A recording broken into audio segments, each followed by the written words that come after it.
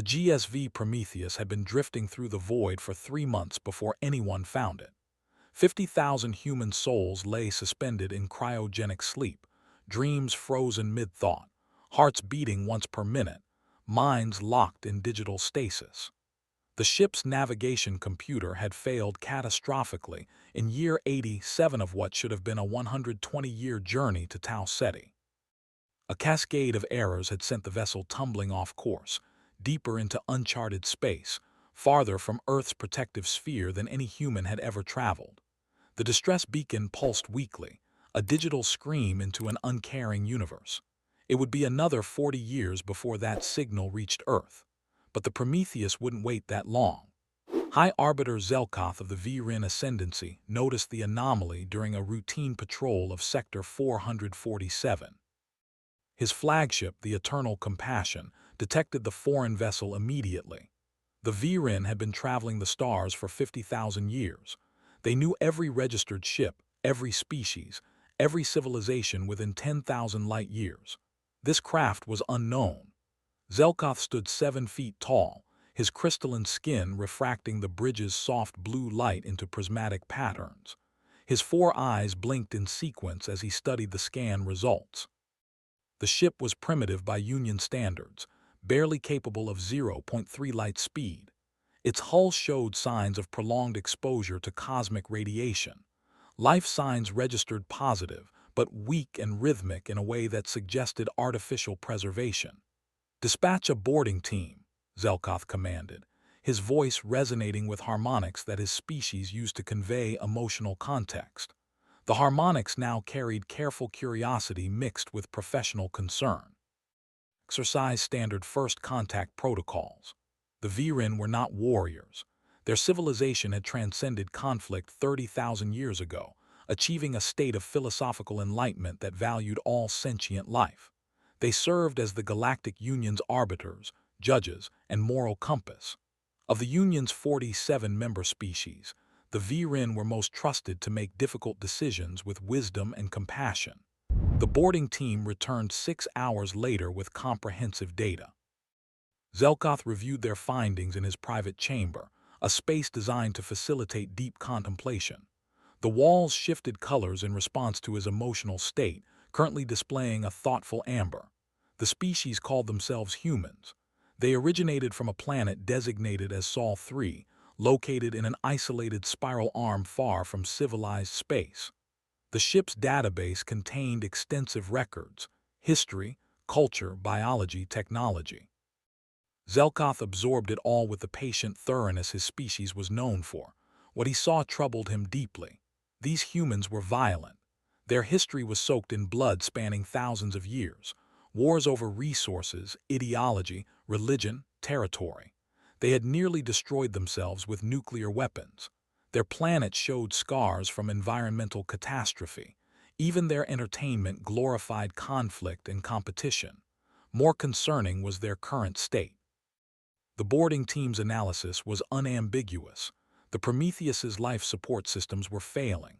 Multiple redundancies had degraded beyond repair. The ship's AI calculated a 73% probability that all occupants would die before any rescue could arrive. If awakened, they would face a slow death by suffocation or starvation, trapped in a coffin of metal and ice, light years from home. Zelkoth spent 3 days in contemplation. He consulted the Union's vast legal database, reviewing centuries of precedent. He meditated on the fundamental principles of compassion that guided Vrynn philosophy. He calculated probabilities and outcomes with mathematical precision. The answer, when it came, felt inevitable. Protocol 7, subsection 12 of Union law was clear. When a species lacks the capability to save itself, and when suffering is inevitable, member civilizations are permitted to grant compassionate resolution. It was a mercy killing, sanctioned by millennia of ethical philosophy. Better a peaceful death in sleep than prolonged agony while awake. Zelkoth recorded his decision in the official logs. These beings cannot be saved. To wake them would be cruelty. To leave them sleeping while their systems fail would merely delay suffering. The compassionate path is clear. We grant them peaceful release. He issued the orders personally. The Prometheus's cryogenic systems were carefully shut down, one pod at a time. Each human simply stopped. Hearts ceased their slow beating. Brain activity faded to nothing. 50,000 lives ended without pain, without fear, without ever knowing what had happened to them. The Vrynn crew planted a memorial beacon near the ship, a crystalline structure that would orbit the Prometheus for eternity, broadcasting a simple message in the Vrynn language. Here rest 50,000 souls, granted mercy in their time of need. May the void embrace them gently. Zelkoth claimed the ship as salvage according to Union law, towing it to a Vrynn repository facility for study. He filed the appropriate paperwork with the Union Council. His report was thorough and professional. Encountered primitive species in crisis situation. Applied Protocol 7, subsection 12. All beings granted compassionate resolution. Matter concluded. The Vrynn considered it one of Zelkoth's finest decisions. He received formal commendations for his handling of a difficult situation. The Union Council noted his wisdom and restraint. The matter was filed away, forgotten, just another routine application of long-established law. 6 months later, the Prometheus's final transmission reached Earth. Captain James Okoye was reviewing supply requisitions when the alert flashed across his screen. Deep Space Recovery Division received thousands of automated signals daily, most of them false alarms or equipment malfunctions. This one was different. The encryption key matched the Prometheus, a ship that should still be 30 years from its destination. Okoye felt his chest tighten as he opened the file. The message was fragmented, corrupted by distance and interference, but the automated logs were intact. Life support failure, unknown contact, system shutdown, termination. He read the logs 3 times, certain he was misunderstanding. Then he read them a 4th time, hands shaking. By the 5th reading, he had triggered every emergency protocol Earth possessed. Within 12 hours, Ambassador Dr. Helena Kurtz was standing in Okoye's office, reading the same logs with an expression of growing horror. Kurtz was 62 years old, a career diplomat who had spent 40 years negotiating treaties and preventing wars. She had seen humanity at its worst. She thought nothing could shock her anymore. She was wrong. They killed them, she said quietly. All of them, 50,000 people, they just killed them. Okoye nodded. His face was carved from stone, dark skin stretched tight over clenched jaw muscles. The logs indicate they boarded the ship, conducted an analysis, and then deliberately terminated life support. There's a detailed report attached. They're calling it compassionate resolution. Kurtz scrolled through the attached files. The Vrynn report was meticulous, almost clinical in its detachment. She read Zelkoth's justification with mounting disbelief. They thought they were being merciful. They genuinely believed they had done the right thing. "Get me contact information for this Galactic Union," Kurtz said. "We need to establish communication immediately." The first contact between Earth and the Galactic Union should have been a historic moment, a joyous occasion marking humanity's entry into a larger cosmic community. Instead, it was conducted in a sterile conference room, with Ambassador Kurtz sitting across a holographic projection of Union Coordinator Thalen, a being that resembled a floating arrangement of geometric shapes. "Ambassador Kurtz," Thalen said, its translated voice carrying notes of surprise. "We were unaware that the species from the Prometheus had faster-than-light communication capabilities. This is unexpected." "The Prometheus was one of 12 colony ships currently in transit," Kurtz replied, her voice professionally neutral despite the rage burning in her chest. "We maintain quantum-entangled communication with all of them. When their systems went offline, we received their final logs." "I see. Then you are aware of the situation. Please accept the Union's condolences. The loss of any sentient beings is tragic." Kurtz leaned forward. "Tragic. You murdered 50,000 people." The geometric shapes rearranged themselves in what might have been confusion. "I believe there has been a misunderstanding, Ambassador. The Vrynn crew that encountered your vessel acted with great compassion. They spared your people from inevitable suffering. They had no right to make that decision. They had every right under Union law. Protocol 7, subsection 12 is very clear. When a species cannot save itself and suffering is guaranteed, compassionate resolution is not only permitted but encouraged. High Arbiter Zelkoth acted with wisdom and mercy. Kurtz pulled up a file on her tablet. Among the dead were 8,000 children. The youngest was 3 years old. Her name was Emma Talbot. She was in cryosleep with her parents and sister. They were going to grow flowers on a new world. Thalen's shapes shifted again. That is regrettable, but surely you understand that waking them would have been cruel. They would have died slowly, painfully, aware of their fate. The Vrynn spared them that agony. You could have contacted us. We could have mounted a rescue operation. Your nearest vessel was 40 light-years away according to the Prometheus's navigation logs. Even at maximum conventional speed, rescue would have taken decades. The beings would have been long dead. Kurtz felt something crack inside her professional composure. That wasn't your decision to make. Those were human lives. You should have asked us. You should have tried. We made the decision that minimized suffering, Thalen replied calmly. This is the foundation of Union ethics. We understand you are grieving, but in time, you will see the wisdom of the Vrynn's actions. The meeting lasted another hour.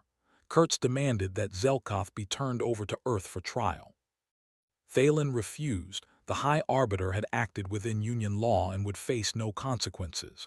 The Union offered compensation, mining rights, technology exchanges, formal apologies. Kurtz refused everything.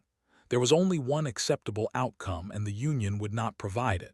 She returned to Earth with a simple message. The galaxy is not what we hoped. Earth went silent after that. All communication with the Union ceased.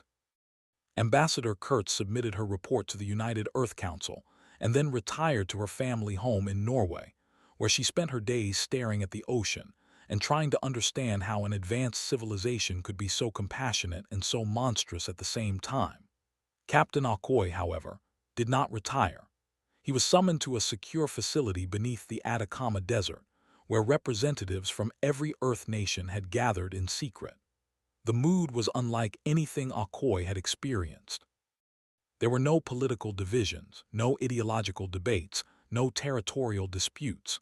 Every human in that room shared the same expression: cold, focused rage. The meeting lasted 3 days. When it concluded, HFY had been given command of Operation Final Sleep and granted authority that superseded all national governments. His mission parameters were simple: bring High Arbiter Zelkoth to Earth to stand trial for 50,000 counts of murder. Use whatever force necessary. Earth's secret became the galaxy's problem. For 40 years, humanity had known it was not alone.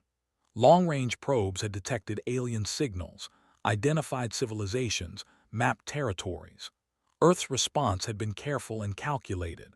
They built warships in the asteroid belt, hidden construction facilities on the dark side of the moon, weapons platforms disguised as deep space research stations. The public knew about exploration vessels and scientific missions. They did not know about the 2,000 warships waiting in cold storage, crews trained and ready, weapons tested and calibrated. Humanity had learned its lessons from history.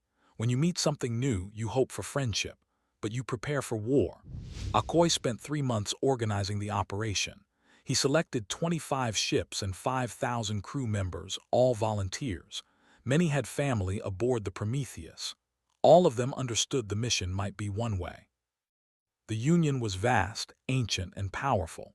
Earth was one planet barely into deep space, challenging an empire of 47 species.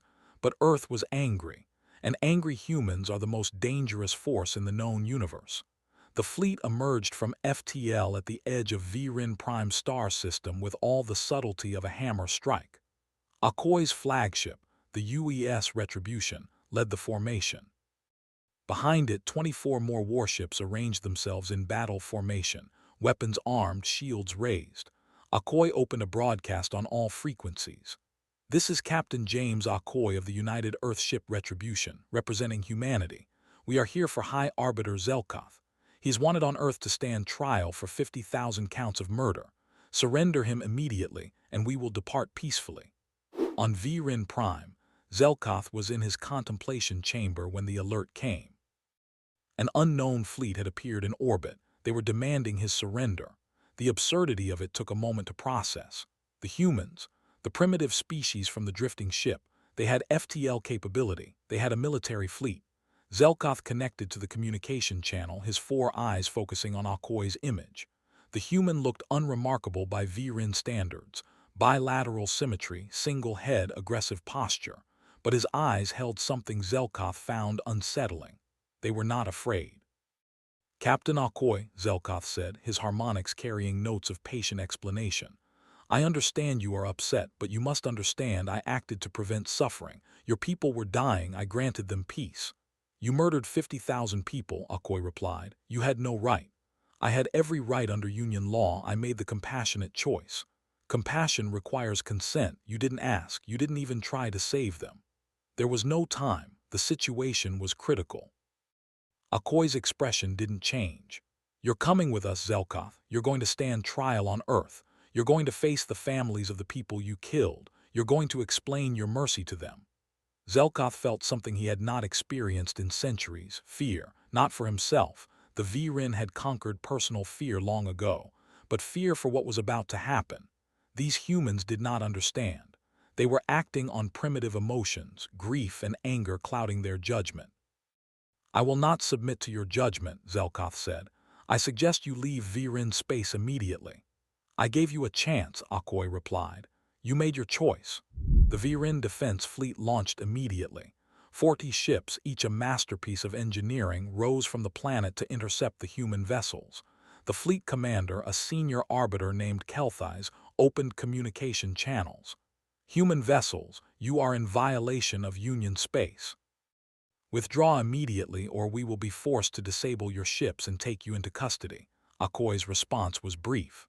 All ships, weapons free, non-lethal disabling fire only. We're not murderers.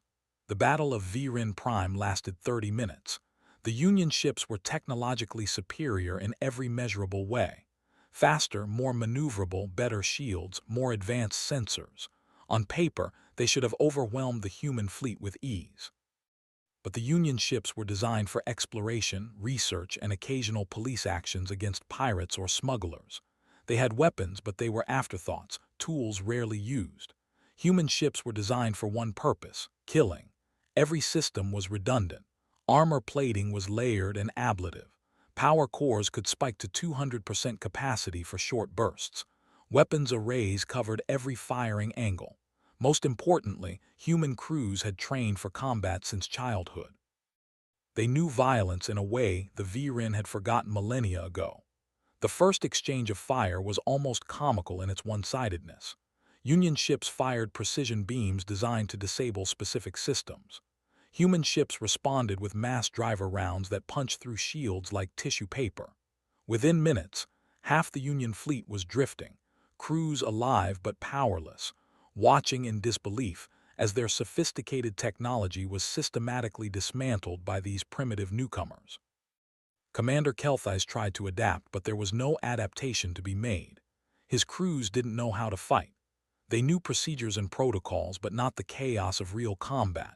When human ships ignored the rules of engagement, coming in close for devastating broadsides, the Vrynn captains froze, uncertain how to respond to such aggressive tactics.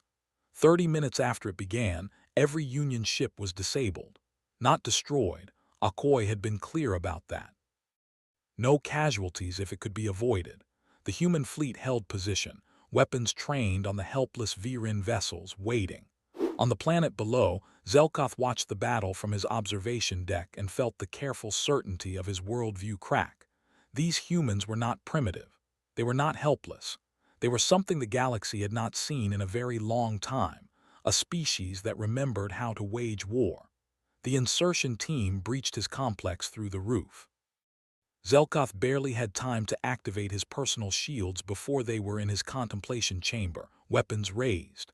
The human leading them was a woman, compact and efficient, with eyes that matched Akoi's. No fear, only purpose. High Arbiter Zelkoth, Commander Rebecca Park said, her translator rendering her words in perfect Vrynn harmonics. You're coming with us. Zelkoth's family huddled in the corner, his mate and 3 juveniles, barely 500 years old. They stared at the humans with terror. The Vrynn had not known terror in 30,000 years. "You would do this?" Zelkoth asked. "In front of my offspring, do you have no decency?" Park's expression didn't change. "The Prometheus had 8,000 children aboard. You didn't care about them." She gestured to her team. "Secure him, non-lethal restraints, leave the family alone." As they placed quantum shackles on his appendages, Park dropped a data chip on Zelkoth's contemplation table. "That's the complete passenger manifest of the Prometheus. Names, ages, occupations, family connections. All 50,000 of them. Read it. Know who you killed." The extraction took 15 minutes. Zelkoth was brought aboard the Retribution and placed in a containment cell designed for hostile xenobiology. The human fleet departed Vrynn space without another word, leaving the disabled Union ships to be recovered by their own forces. The galaxy erupted in chaos. The Galactic Union Council convened in emergency session. Half the member species demanded immediate retaliation against Earth. The other half were shaken by what they'd witnessed. The humans had defeated a Union fleet without casualties. They had extracted a high arbiter from a sovereign world. They had technology and capabilities far beyond what anyone suspected. More troubling were the questions being asked. Protocol 7, subsection 12 had been law for millennia. Thousands of species had been granted compassionate resolution over the centuries. The Union had always seen it as enlightened policy. Now, watching the human reaction, some species were beginning to wonder, had they been committing murder and calling it mercy? On Earth, Zelkoth was brought to The Hague in chains. A special tribunal had been convened, composed of judges from 20 nations. The trial was broadcast live across every human network and transmitted to Union space on open channels. 3 billion humans watched. In Union space, 500 billion beings from 47 species tuned in, curious about this unprecedented challenge to their authority. Zelkoth stood in the defendant's box, his crystalline form refracting the harsh courtroom lights. The lead prosecutor, a stern woman named Judge Patricia Nkomo, read the charges: 50,000 counts of murder in the first degree. "High Arbiter Zelkoth," Nkomo said, "how do you plead?" Zelkoth's harmonics carried defiant certainty. "I do not recognize this court's authority. I acted within Union law and according to the highest principles of compassion. Your anger is born from ignorance of galactic ethics." Noted, the plea is recorded as not guilty. Let's begin. The trial lasted 6 weeks. The prosecution presented evidence meticulously: the Prometheus's logs, expert testimony on the ship's actual condition, analysis showing that rescue was possible if attempted. They demonstrated that the Vrynn had made assumptions without verification, that they had chosen the easiest path rather than the right one. But the emotional core of the trial came from the families. Jennifer Talbot took the stand in week 3. She was 45 years old, a botanist who had stayed on Earth while her husband and daughters joined the Prometheus colony. She had spent the last year in a fog of grief so dense she could barely function. "My husband's name was David," she said, her voice steady despite tears streaming down her face. "He was a xenobiologist. He wanted to study alien ecosystems. Our daughters were Emma and Sophie, 6 and 9 years old. Emma wanted to be a veterinarian. Sophie loved to paint." She turned to face Zelkoth directly. "You looked at the scans. You saw them in their cryopods. You saw my 6-year-old daughter sleeping, dreaming whatever dreams children dream in stasis. And you decided she was better off dead. You didn't ask us. You didn't try to save her. You just ended her. You ended all of them." Her voice broke. "And you call that mercy?" Zelkoth listened. His species did not express emotion through facial features. Their crystalline biology made that impossible. But the harmonics of his voice could not be hidden. As Jennifer spoke, as she detailed the lives destroyed by his decision, his harmonics began to shift. The confident certainty was cracking. More families testified. Parents who lost children, children who lost parents, spouses widowed before they even reached their destination. Each one spoke of vibrant lives, of dreams and hopes and futures stolen by a decision made in a comfortable contemplation chamber by a being who thought he understood suffering but had never truly experienced loss. On the 4th day of testimony, Zelkoth asked to read the manifest Park had left him. He spent 3 days reviewing it. 50,000 names. 50,000 stories. Emma Talbot, age 6, aspiring veterinarian. Marcus Okonkwo, age 42, botanist, wanted to grow earth flowers in alien soil. Yuki Tanaka, age 23, artist, carried 500 digital paintings in her personal data storage. David Talbot, age 47, xenobiologist, had published 30 papers on theoretical alien ecosystems he hoped to study. Each name was a universe. Each universe was gone because Zelkoth had decided it should be. Something changed in the High Arbiter's crystalline core. The Vrynn experienced emotion differently than humans. Loss was philosophical rather than visceral. But understanding could bridge that gap. As Zelkoth absorbed these stories, as he truly comprehended the weight of what he'd done, the certainty that had defined his entire existence began to crumble. In week 5, Zelkoth did something unprecedented. He requested permission to address the court. Judge Nkomo granted it, curious what the High Arbiter would say. Zelkoth stood in the defendant's box, his 4 eyes focusing on the families seated in the gallery. "I spent 3 days reading the manifest," he said, his harmonics carrying notes of something the translator struggled to render. Remorse, perhaps, or the Vrynn equivalent of it. "I knew there were 50,000 beings aboard the Prometheus, but they were statistics, data points, biological units in a crisis calculation. I did not know Emma Talbot wanted to care for animals. I did not know Marcus Okonkwo dreamed of flowers." He paused, his crystalline form dimming slightly. "I believed I was preventing suffering. I see now that I caused it, not just for those aboard the ship, but for all of you who remain. I ended lives without permission, without truly understanding what life meant to your species. By every measure of justice that matters, I deserve this sentence." His harmonics shifted to a frequency that the translator rendered as profound regret. "I will spend my remaining centuries contemplating the weight of 50,000 souls. It is a burden I justly deserve to carry." The verdict came 3 days later. Guilty on all counts. Sentence: life imprisonment on Earth. Zelkoth accepted it without appeal. But the trial's impact extended far beyond one individual's fate. In Union space, the footage had sparked fierce debate.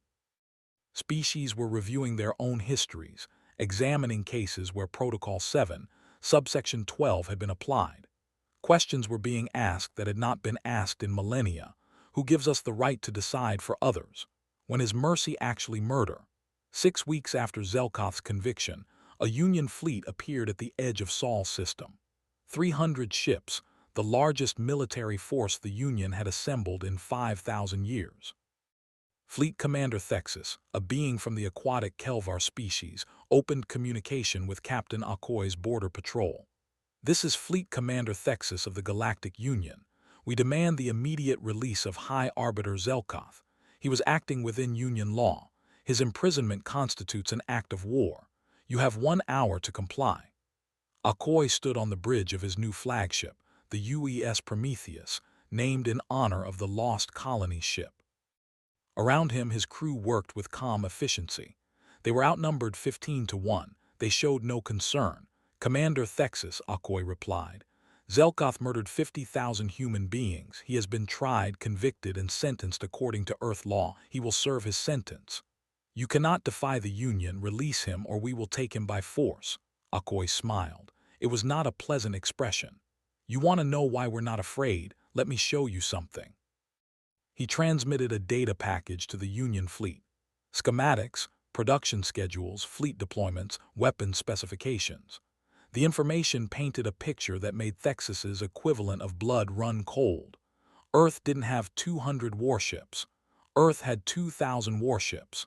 The fleet that had attacked Vrynn Prime was a single squadron, a fraction of humanity's actual military strength. For 40 years, humanity had been building, preparing, planning for the day they encountered hostile aliens. "We hoped we'd find friends out here," Akoi continued. "We hoped the galaxy would be a place of cooperation and peace. Instead, we found people who think killing us is kindness, so we prepared for the worst. And here we are." Thexus stared at the data, trying to process the implications. The Union had technological superiority, yes. But humanity had numbers, and more importantly, they had something the Union had forgot: the willingness to fight. the capability for organized, systematic violence on a scale that made the Battle of Vrynn Prime look like a minor skirmish. "What do you want?" Thexus asked finally. "Zelkoth serves his sentence," Akoi said, "and the Galactic Union repeals Protocol 7, subsection 12, forever. You cannot dictate terms to the Union." "We're not dictating, we're insisting. Because if you don't repeal it, every time you invoke that protocol, we'll treat it as a declaration of war, and we will respond every single time." The Union fleet held position for 6 hours. Akoi's forces remained ready, weapons-armed crews at battle stations. The math was simple. The Union could probably win a battle here, but it would be costly. And Earth would just keep building more ships, keep training more crews, keep fighting until the Union either changed or was destroyed. Thexus withdrew to consult with the Union Council. The debate lasted 3 months. It was the most contentious issue the Union had faced in recorded history. The older species, those who had practiced Protocol 7 for millennia, argued for tradition. The younger species, those who still remembered what it meant to fight for survival, sided with humanity. The vote came down on a cold morning in Geneva. Ambassador Kurtz, brought out of retirement for this moment, watched the transmission from Union Council chambers. The final tally: 39 species voted to repeal Protocol 7, subsection 12. 8 voted against. 3 abstained. It passed. A new protocol was established in its place, formally titled the Prometheus Accord. Its core principle was simple: no species may terminate another's existence without explicit consent, regardless of circumstances. Compassion must be offered, not imposed. Mercy must be requested, not assumed. Earth was formally invited to join the Galactic Union. After extensive debate, the United Earth Council accepted, but with conditions. Humanity would maintain its military fleet. Human ships would patrol human space. And if any species violated the Prometheus Accord, Earth reserved the right to respond with force. The Union agreed. They had no choice. 5 years after the trial, Captain Akoi stood at the Prometheus Memorial in Cape Town. The monument stretched across 3 acres of carefully maintained grounds. 50,000 names were carved into black granite, arranged in the pattern of a star. Visitors walked among them daily, reading names, leaving flowers, remembering. Jennifer Talbot stood beside him, her hair now gray, her face lined with years of grief that had slowly, painfully, transformed into something like acceptance. She reached out and touched her daughter's names, her fingers tracing the carved letters. "Do you think they know?" she asked quietly. "That their deaths changed the galaxy?" Akoi considered the question. Above them, a human patrol ship passed through the atmosphere, its engines leaving contrails across the blue sky. In orbit, 3 Union vessels conducted joint training exercises with Earth forces. On Vrynn Prime, Zelkoth sat in his cell, reading human literature, trying to understand the species whose lives he'd ended. Across the galaxy, species were examining their own ethics, questioning assumptions that had stood for millennia. "I think they'd rather be alive," Akoi said finally. "But yes, the galaxy will remember the Prometheus, and they'll remember that humanity doesn't accept mercy from those who don't ask permission to give it." They stood in silence as the sun set, painting the memorial in shades of gold and red. Somewhere in deep space, a human vessel passed the wreckage of the Prometheus. The memorial beacon still orbited the derelict ship, but its message had been changed. Now it broadcast in every known language a warning and a promise. Here lie 50,000 humans, killed by those who claimed to save them. They were sons and daughters, mothers and fathers, dreamers and builders. They were going to grow flowers on a new world. They never got the chance. Never again will humanity allow others to decide our fate. Never again will we accept imposed mercy. Remember the Prometheus. Remember that kindness without consent is just another word for murder. The message pulsed through the void, touching Union vessels, merchant ships, exploration craft. Every species heard it. Every species understood. Humanity had entered the galactic stage not with celebration, but with a lesson written in blood and grief. They had learned to be careful when they encountered humans, not because humans were the strongest or the smartest or the most advanced, but because humans understood something the galaxy had forgotten, The difference between mercy and murder lies not in the intention but in who has the right to choose. The Vrynn had called it mercy. Humanity called it a declaration of war. In the end, the galaxy had to decide which interpretation mattered more. They chose humanity's. They chose to change. And in a cell on Earth, Zelkoth continued reading, learning, understanding. He would spend the next 3,000 years in that cell, aging slowly by Vrynn standards, carrying the weight of 50,000 souls. He accepted his sentence without complaint, because he finally understood what mercy actually meant. It meant asking first.